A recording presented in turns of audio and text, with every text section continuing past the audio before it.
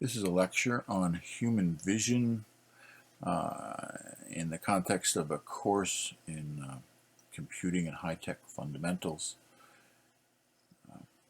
computer architecture and high-tech fundamentals.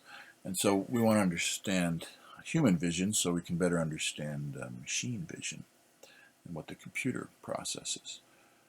So firstly, we want to watch this little video clip here. So you click on that video and watch a little YouTube video.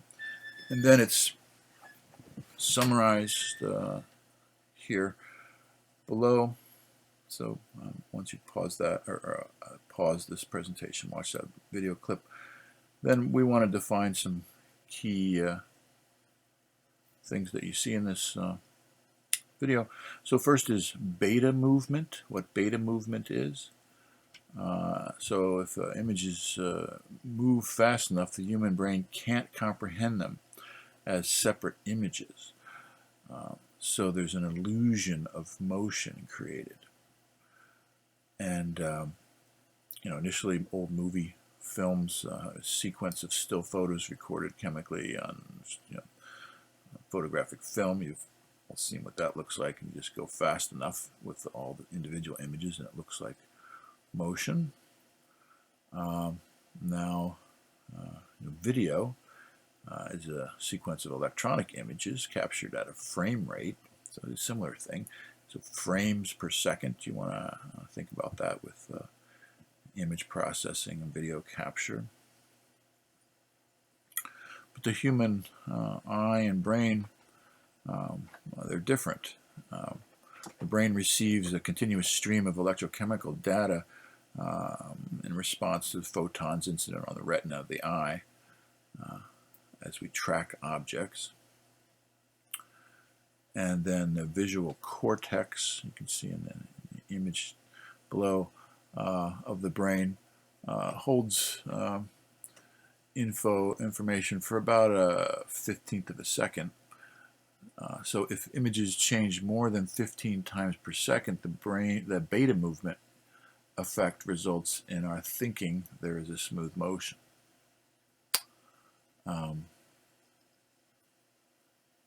And then if an animation moves faster than that, it'll seem fluid. So don't expect you to memorize all the parts of the brain here, but just take a little look at that. Take a second to look at that. You don't have to click on where the images are from. And then down this note below here, a human will get a headache when watching videos with too high of a frame rate. So this is a problem with the computing actually going faster with frames per second beyond what your brain likes, because digital capture does not typically add motion blur like the human brain does to really fast moving objects. And so there's a way of compensating for that in the hardware, but you need to consider that there's a certain rate that your brain likes, can handle really. Too slow of a frame rate and it's going to look choppy and you won't perceive it as motion when you look at it. Too fast, you're kind of overloading your brain in a way, and it's not good.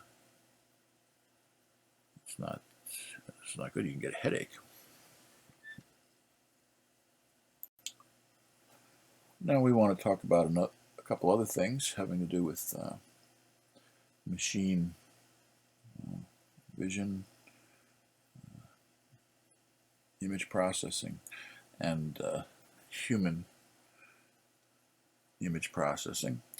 And so first watch this second video called "What is the Resolution of the Eye?"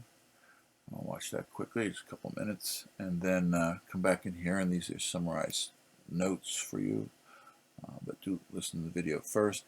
And so resolution compared to a camera or screen, typical electronic resolution is measured by the number of pixels. So here's some standard technologies, past and present. So VHS tapes is 0.15 megapixels, so you see a 480 by 320 there. CDs, optical, standard lasers, CDs, compact disc is about 0.27 megapixels for that 570 by 480. DVD CDs, a little bit higher, 0.35 megapixels, 720 by 480. And Blu-ray CDs still, 0.92 megapixels. And then IMAX, right? That's a special way of recording. If you're in the special theaters with that, that's 7 megapixels, super high resolution. But just going to be broadcast on a huge screen, so right, you want certainly higher pixel density than if you're on how you're going to view it. And so when you compress files, you like when I was making these talks here, I've compressed the audio and the video, and then you have choices of how it will be displayed. So I'm picking a resolution that's good for the computer, and okay, projected on a screen in class for viewing, but you wouldn't want to see it in a movie theater like with that pixel resolution. So you want to consider that when you're what resolution makes sense. A phone certainly doesn't need a lot because it's a tiny little screen, but a computer, depending on the size of your monitor, could use a little better. And then the movie theater is a whole different thing. However, resolution is more about distinguishing fine details, which includes more than the pixel density. It's a function of a number of things here. So, just the number of pixels, certainly, but also the amount of light, the size of the sensors, and what actually the millions of pixels are encoding. So, we'll see a little more of this when we get to monitors. So if this is not completely understandable here, just wait and you'll see a little more. And how we'll learn about RGB, red, green, and blue, and how those are mixed in the computer, different intensities to mix and make the light that the colors that we see. Then, the fifth thing here is how close the object is. Something's clearly seen up close. If you see clearly up close, blend into the background at a distance. And then on a small enough screen, from far enough away, low and high resolutions on a screen aren't resolved differently by the human eye. So you have to consider the physiology of the human eye and brain when you're picking resolutions, and when we're looking at monitors and TVs to purchase. Different technologies we want to talk about, the different types of display screens, LEDs and LCDs and plasma, and some of the newer technologies we'll be getting to. But you want to consider that when you're picking your computer monitor, if you're a gamer, if you want a big giant screen, or if you want to connect your computer to the TV, right? Or you want to have your computer be essentially your part of your entertainment system, which is becoming more and more the case now. Then that changes the variables in how you interpret what you need.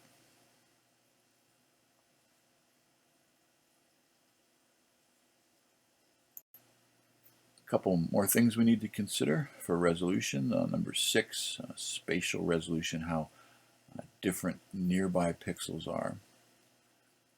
For example, if you keep a number of pixels the same but go out of focus.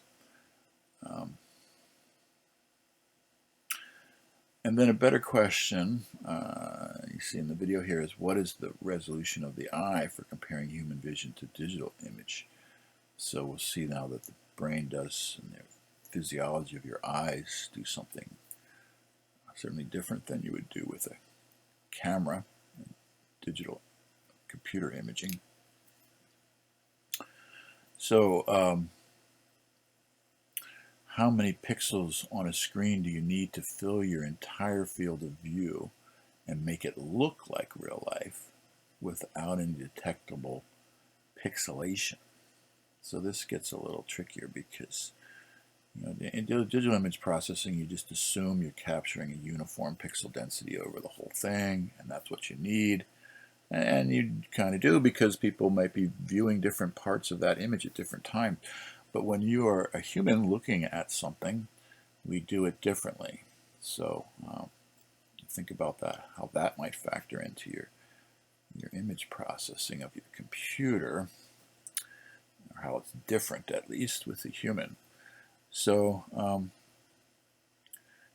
so it says here, as I've written down, however, a camera captures an entire frame at once, but our eyes move and our brain amalgamates a constant stream of info.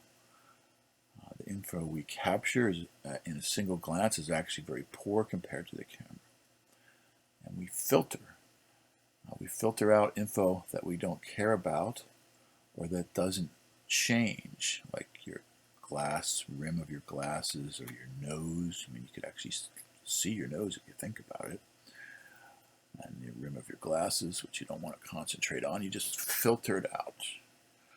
That's part of how your brain is processing this information.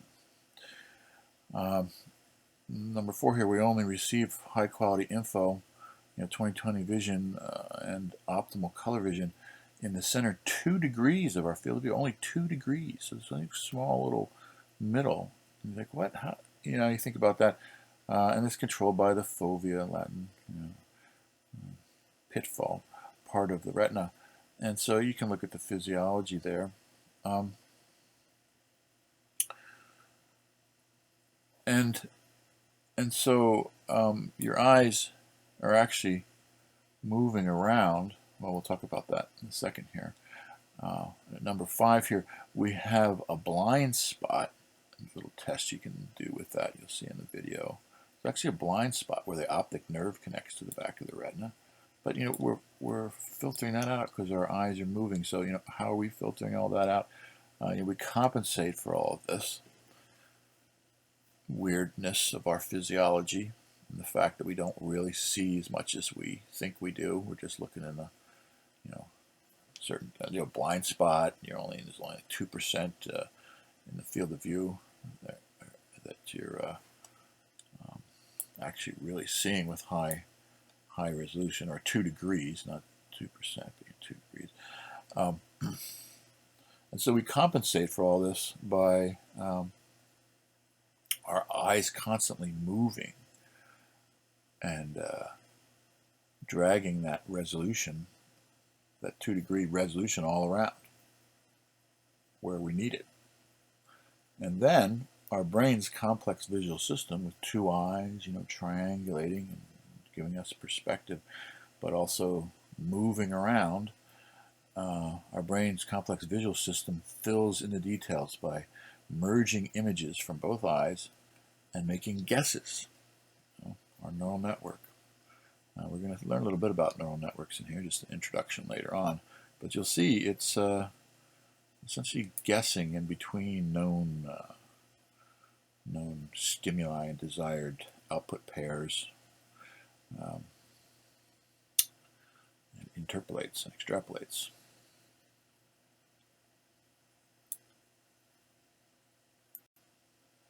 Our last slide here, we want to take a look at how we view things and what kind of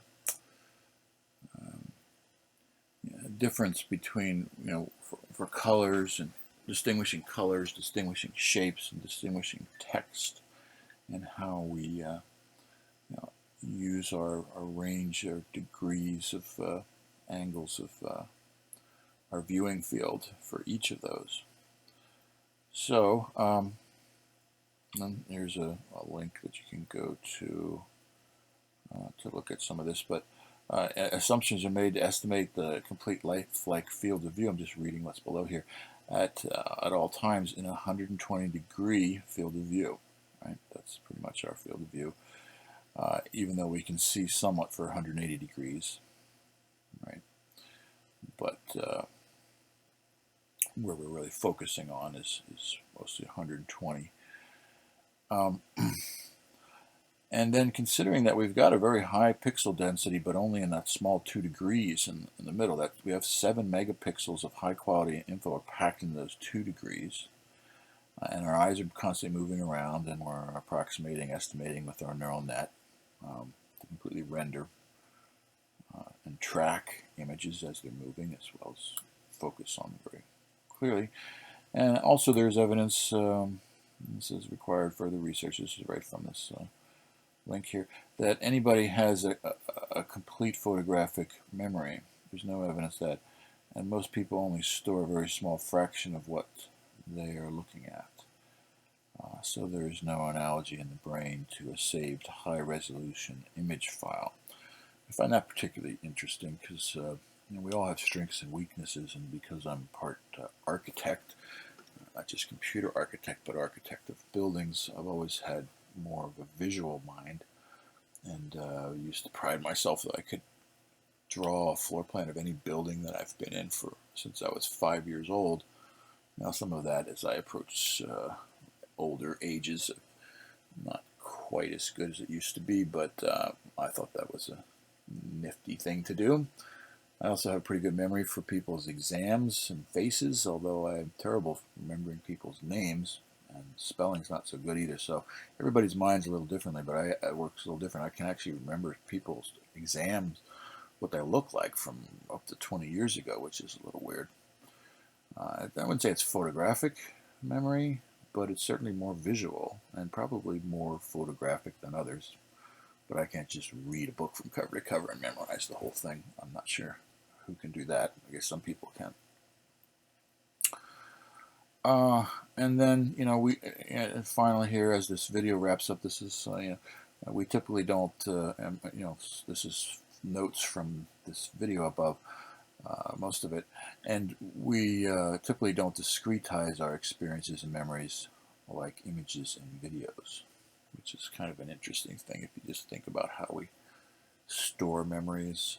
It's not as literal as the computer with everything specific densities of information and file sizes. There's a mesh, it's 9 billion neurons and connections that are strengthened and weakened over time. And we associate things with different parts of our brain, many different parts, all coordinated by the executive function in the cerebral cortex, and there's inner brain that's more primitive in how it thinks and reacts, and then our outer layers more advanced, separate pre-processing centers for vision and auditory and all the senses, and then everything's coordinated. There's 2 hemispheres, so it's very complicated what's going on in our brain. It's not the same as a computer. And so when you think about image processing, natural versus man-made, you also need to think about the difference in computation of the human brain versus computer. And that's the stuff of, we'll introduce a little bit in other lectures here, but I teach a course with machine intelligence, robotics, machine intelligence, taught courses on artificial intelligence separately too, and that's more of a topic for those courses.